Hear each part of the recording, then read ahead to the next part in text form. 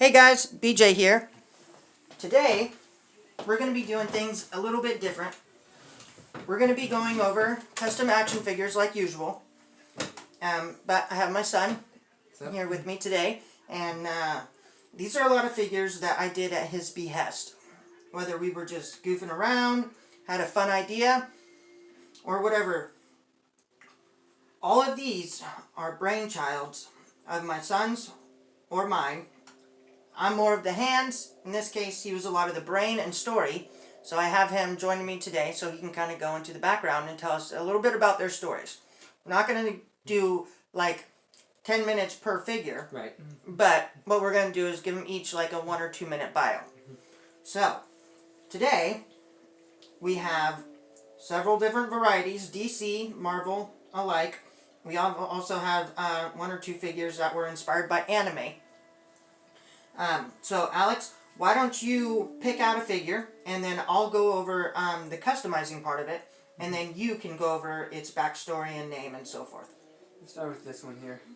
Okay, so this figure right here is a figure that we already had. You can tell the boots are from Odin's son, Thor, Marvel Legends. The jacket, I don't quite remember who the jacket is from, but I believe it was an Avengers villain. And then the head is obviously Magneto. And then this gun that we have, that he's toting right here, this bad boy, this gun we got from a McFarlane figure. It was a Beetle bot, I believe, and a Beetle robot. And we just went ahead and put it with this guy. And the metal arm was already there because it came in the 5-pack, the Marvel Legends SDCC, San Diego Comic-Con, where he has the metal arm when he kind of went berserk, if you're familiar with the story. On the chest here, you can see, I don't know how well you can see that, but there are some puncture wounds, and that's the piece that was inspired by the anime. So when it came to customizing, didn't have to do a whole heck of a lot. Some minor paint in the holes here for the scarring, which was just a light tan, and then a lot of this was already as it was.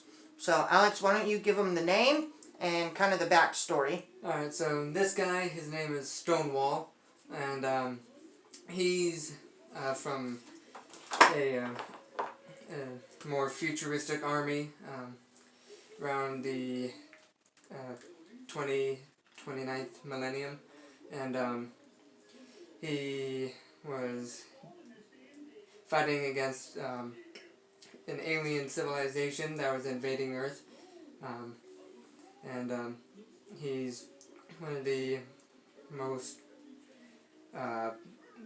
veteran of the Soldiers. On his side, yeah. And, so, does he have any enhanced strength? With his metal arm here as an enhancement, yes, he does have enhanced strength. Okay, does he have any other powers, or is it pretty much basic human level? He's peak human condition. Okay. He can lift over double his body weight on average. And do the mile in 4 minutes, that kind of thing? Yeah. Okay, very cool. Alright, and what did you say his name was again? Stonewall. Stonewall, very cool. And what was the figure that inspired this? Originally, this was inspired by an anime protagonist from a post-apocalyptic anime called... It's alright if you don't remember. Not a big deal. Anyways, the main character is Kenshiro, if you know. Yeah, Kenshiro. I know who you're talking about. Alright, next, we're gonna focus on this little beauty. What's his name? Atlas. This is supposed to be Atlas. And if you're not familiar with the Atlas story, Atlas is the one who Hercules held the world for. And so Atlas is typically a very large being and very, very strong. And so when it comes to the customizing part, what I did was from the 4 Horsemen, Mythic Legions, there was a head that I bought. And then I took these shoulder pads. These shoulder pads that you see They were from Marvel Legends Toy Biz Omega Red. All the articulation is regular, just like any other Marvel Legends. Very basic, or not necessarily basic, but most people know the articulation points of Marvel Legends. So the hands are original, the arms and legs are original. What I did though was I sanded him, and then I primered him, and then painted him. And what we did here is we have a very stone colored metallic, I would call it a gunmetal for the chest. We left the arms as they were because this figure was originally Colossus X-Force. And then what we did was we did the same kind of silver for the lower legs, but we did some gold highlights. And then as you can see inside the gauntlets, we also did some gold inlay there. And then we did it for the toes, and then the inlay on the boots as well. The boots, we just went with the regular black, a gloss black. And then I have this little ribbon right here that I just glued around his waist to act as a soft goods belt. And so, the only thing I haven't mentioned is his sword. Now, me and my son, we both love this sword. Because once we saw this, we were like, that thing is flippin' epic. So, I went ahead, I had a Skylanders, if you guys are familiar with Skylanders, and I cut it out of the Skylanders. I found that Skylanders make great fodder for action figures. And so I have cut up a mini of Skylanders for fodder for action figures. So that pretty much wraps up the story about Atlas. I don't think you need to go into this story because a lot of people are familiar with them. So let's put them back here. Alright, next let's go with Warhammer. Now this is a figure that was recently released by McFarlane Toys. And so you can buy this figure in green, blue, or in just a regular gray. And what we did is we found it at a comic book shop, and we just got the blue and red one. So what we did was we took some black paint and we did some highlights just in the nooks and crannies, as you can see in here. And then there's just other little detailed points where we did a little bit of black there and a little bit of black here. We didn't go overly crazy with the black. But then what we decided to do was take the silver and we kind of just went along the edges of the metal. Because the thing we were going for was aged. We wanted the armor to be aged. And when you paint metal, what will happen is the paint will chip off first when it's being aged. And then after the paint chips off, what's going to happen is it's going to get rust. And so you can see a little bit of rust in there. And there's rust kind of all over the figure. It's not heavy because my son didn't want to go for that much of an aged look. But at the same time, we did enough to where if you actually have the figure in your hands, you can tell the difference in detail and so on and so forth. And so I did a lighter metallic blue or turquoise right in here. And then I did a flat blue right in here. And then just the silver and black. I also did, you can see in here, I did these panels, that metallic blue with black outlining and then silver kind of going along the edges there to give it that worn look. Got it on both sides. And then we also got these elbows, which I went with just a regular turquoise, no metallic there. And then the other paint color that I used was gold. I went ahead and did gold in just little places on different pieces of the armor just to give the character more depth. And then I took my gold, and this was a darker gold, and I went over with a light gold to make it look like it was worn too. Because gold is a funny metal. What happens is it'll change color. It won't necessarily rust. And so as you can see, we did little swipe marks here and there to kind of give it like he's actually been in battle and fought. We did the weapons as well. And then we thought it would be fun to throw a little blood on that blade there. And so we also did the boots here. What I did is I did Sharpie on the boot tips there. And then for the boot base, I did turquoise Sharpie. And so you'll notice I stayed fairly close to the spectrum of the base colors of the figure. Because when you're customizing a figure, a thing that you want to keep in mind is what color did the figure originate as.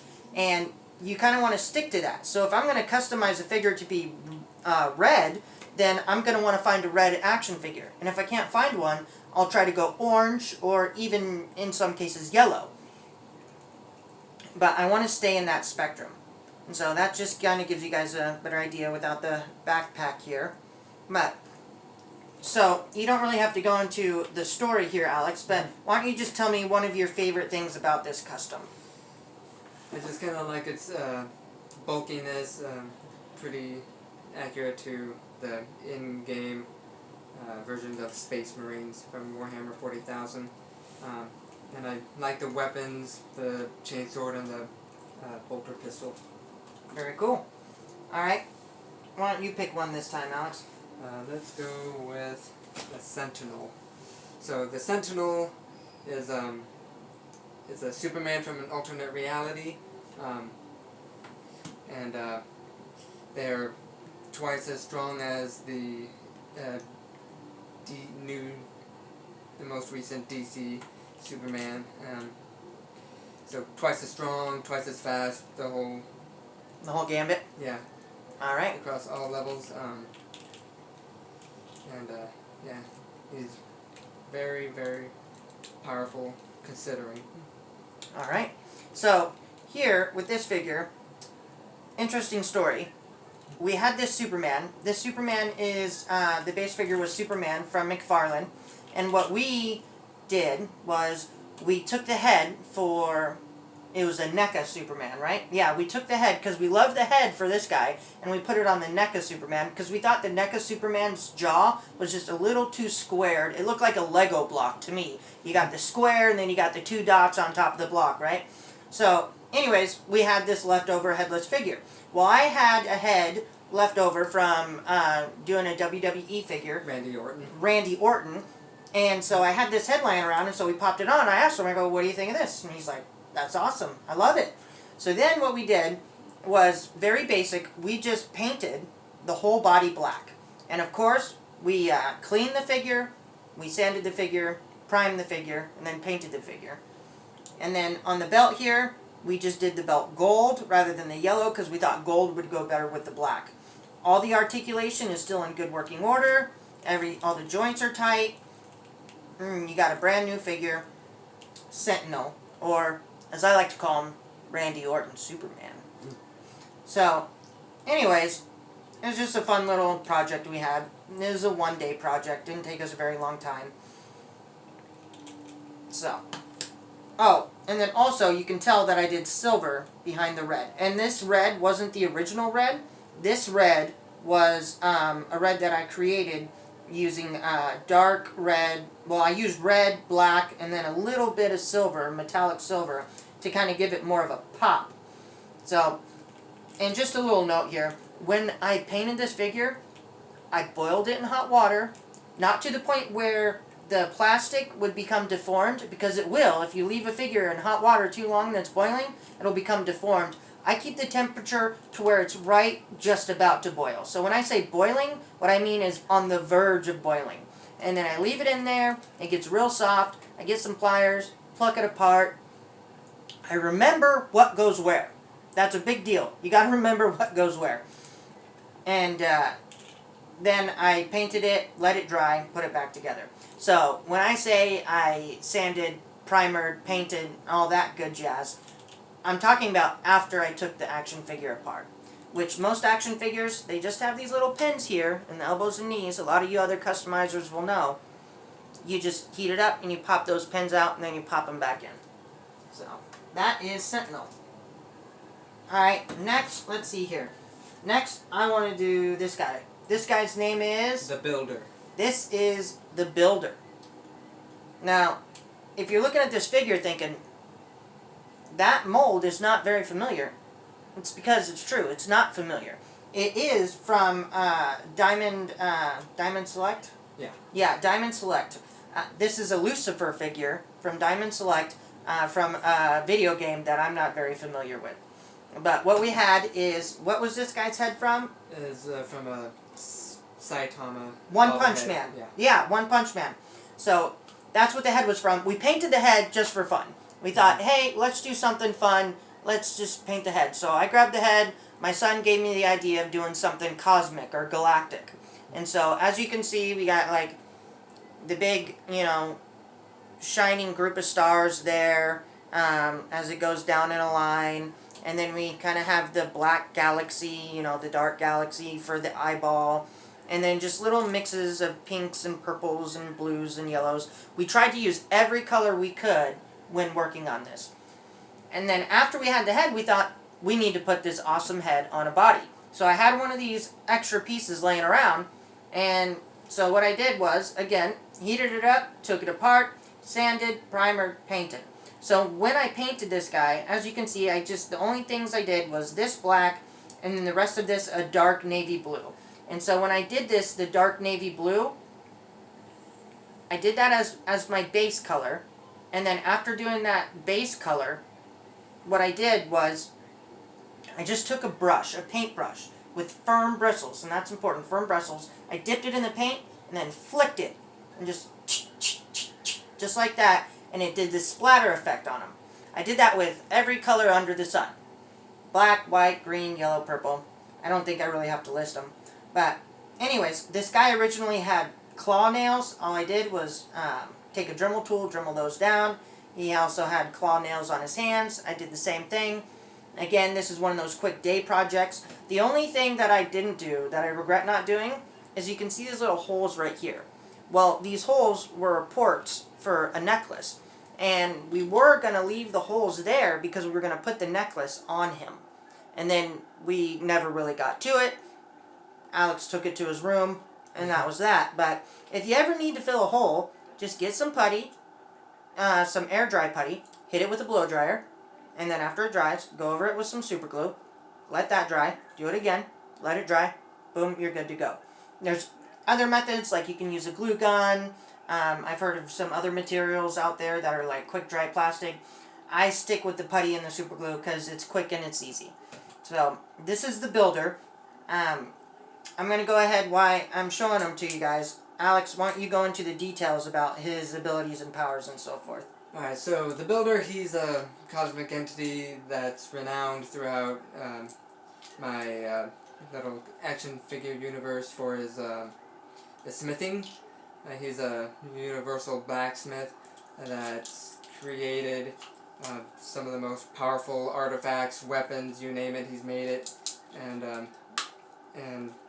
that are round, capable of destroying worlds, solar systems, even galaxies, depending on the will of the users or the wielders. But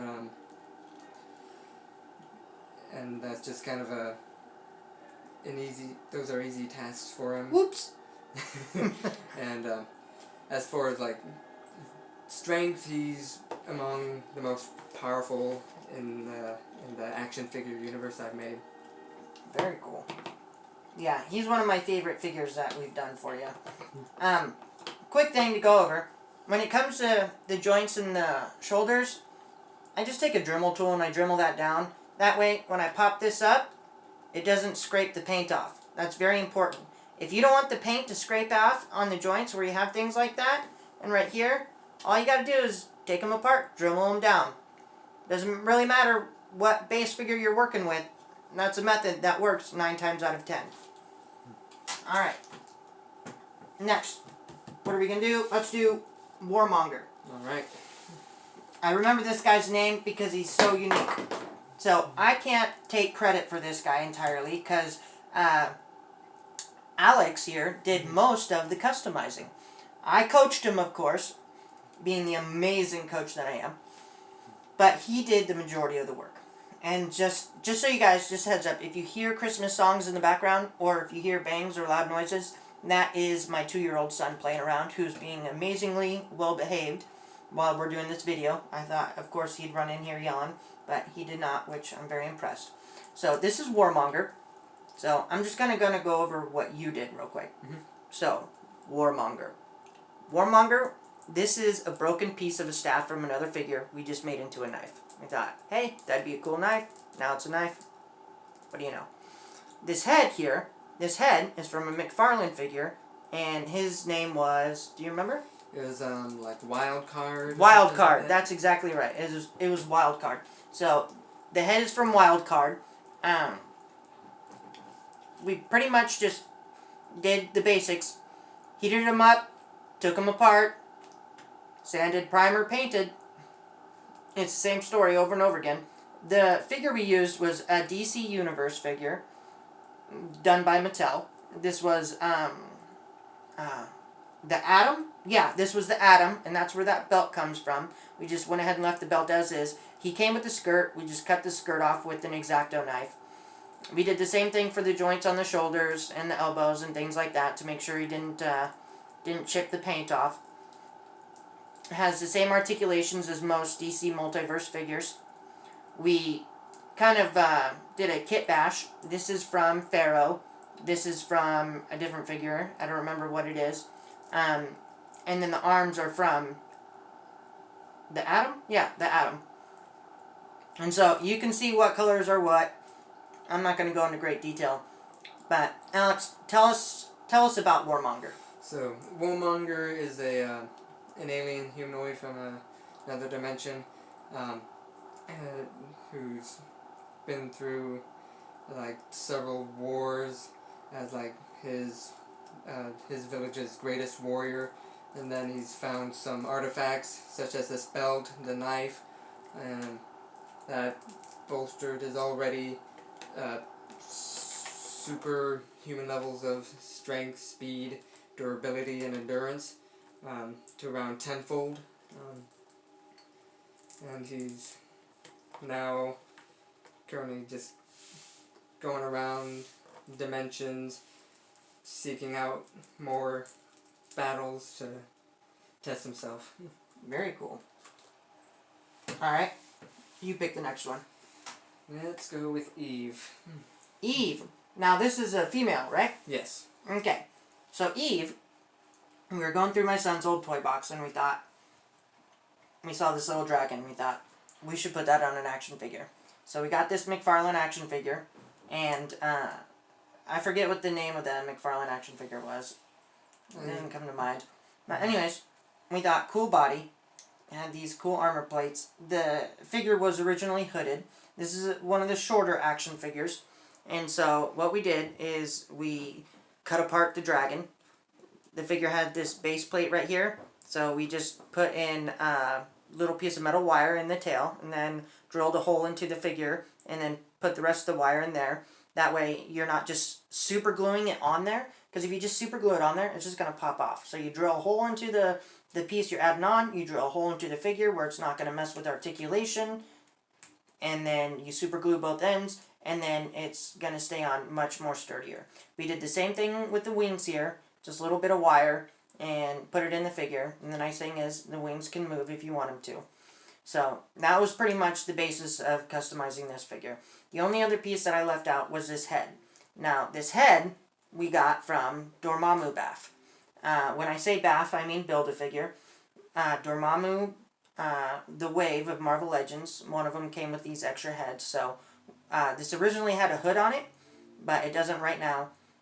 But we just drilled a hole into the skull so it would fit onto this peg. So Alex, tell us some more about Eve. So Eve, she's a minor cosmic entity, one of the weaker ones, but she's like a draconic type of entity that is kind of serves as like a Valkyrie of some sort. Uh-oh. That's fine. Keep going. And to whoever may need saving. And I just remembered what the base figure for this character is, and that's the Enforcer. Eve the Enforcer. Very cool. Alright. Next. So, just so you guys know, this is a basic 7-inch figure. So if you want to know more about size, just rewind through the video, when they're all lined up together, and you can tell size difference. This one is 7 inches. So, but we're going to save this figure for last because I believe that's my son's favorite. Next, we're going to do this little ditty. Now, I did a lot of customizing on this figure, let me tell you. So, name? Master of Oblivion. Master of Oblivion. Say that 10 times fast. With a Scottish accent. Anyways, Master of Oblivion. Hey there, laddie. Master of Oblivion? Now I got to do it in a Scottish accent. So, anyways, what I did here, was this head came with Diablo. It was a shoulder piece for Diablo. So I just popped it off the peg on the shoulder, drilled a hole for the size of the peg on the body, and then plucked it in there. It did have a little tail coming off. So what I did was I just dremelled it right there. And as you can see, from this, what would you call it? This piece, chest armour, shoulder armour. I took it from Bulldozer. Alright, I gotta stop now. I took this from Bulldozer, Marvel Legends action figure, and just took Bulldozer's arms off and then pulled this off straight up. It was very easy. And then I put it on this figure after I pulled his arms off, and it didn't have a head, so I just plucked it right on there. So, Master of Oblivion here has a head from Diablo, which was painted with some metallic silver. As was this. This wasn't the original color of this piece. It was a dark, flat gray. I did this with metallic silver as well. And then what I did for the arms was, these are from McFarlane Viking Age action figures. They were some of the most articulated action figures McFarlane had done at that time, which was late 90s, early 2000s. You can tell it's still got the double hinge for the elbow like all Marvel Legends. What I did for these arms was I plucked them off, I drilled a hole, and then I put a piece of wire in there to make sure that it stayed on tight and it didn't come out easily. So that's where these cool knives on the hands come from, which I think are pretty awesome. I painted them gold and silver, kind of just did a mix of both. Moving on down, this is shoelace right here. I just did shoelace for the belt. You can buy shoelace at like places like Hobby Lobby. This was a back piece for another McFarlane Viking Ages Spawn. So when I say Viking Ages, it was the Spawn Viking Ages. And I just cut it off and then I glued it onto here. When you're gluing plastic to cloth, as a lot of you may know, you got to do it several times over. You got to get the cloth solid with the super glue, and then you super glue the plastic onto it. So anyways, moving on down, these legs were from another McFarlane Spawn Viking Age action figure. I love these legs, I love the boots, I like a lot of the details that McFarlane puts into his figures, and so I'll use a lot of McFarlane action figures as fodder. I'll buy a figure just so I can take it apart and use the different pieces. So for these legs, it was a lot more complicated. So this figure originally had a calf twist. So what I did was took the ankles and feet off, and then it had a little peg sticking out of this piece right here. So when I took this boot off of the Spawn action figure, I just drilled a hole the same size as this peg for the boot, and I just plopped it in the boot. I heated them both up first, but the cool thing is that these things still have boot cut, so you can still twist at the boot. Now I did have to do some sanding on the boot with my Dremel tool. I had to do some sanding on the calves as well to make sure that they're not just, the calf isn't just spilling over the boot, because that would look really weird. But and then when it came to the painting was pretty basic. I just sanded, primered, and then painted. I did mostly black, and then I went over with gold and silver highlights for the depth of the figure. This is, the base figure was Ex Nihilo, which is a figure that's come out within the last couple of years. That was the base figure that I used for. It was just your average 7-inch buck, Marvel Legends buck. All articulation is exactly as it would be if it was a Marvel Legends, except for the wrists. We have some wrist movement, but not a ton. It doesn't have the this, and then you can't spin it all the way in a circle like you would. It's not necessarily the same kind of peg system is what I'm trying to say. But this is the Master of Oblivion. Yes. Alright, Alex, tell us, what are the powers of Master of Oblivion? So, one of his most notorious powers that he uses often is mind control, which in turn corrupts the victim to the point where they get all malformed and mutated to these monstrosities. They're basically brainless henchmen for the Master of Oblivion, and he's conquered many worlds across thousands of galaxies.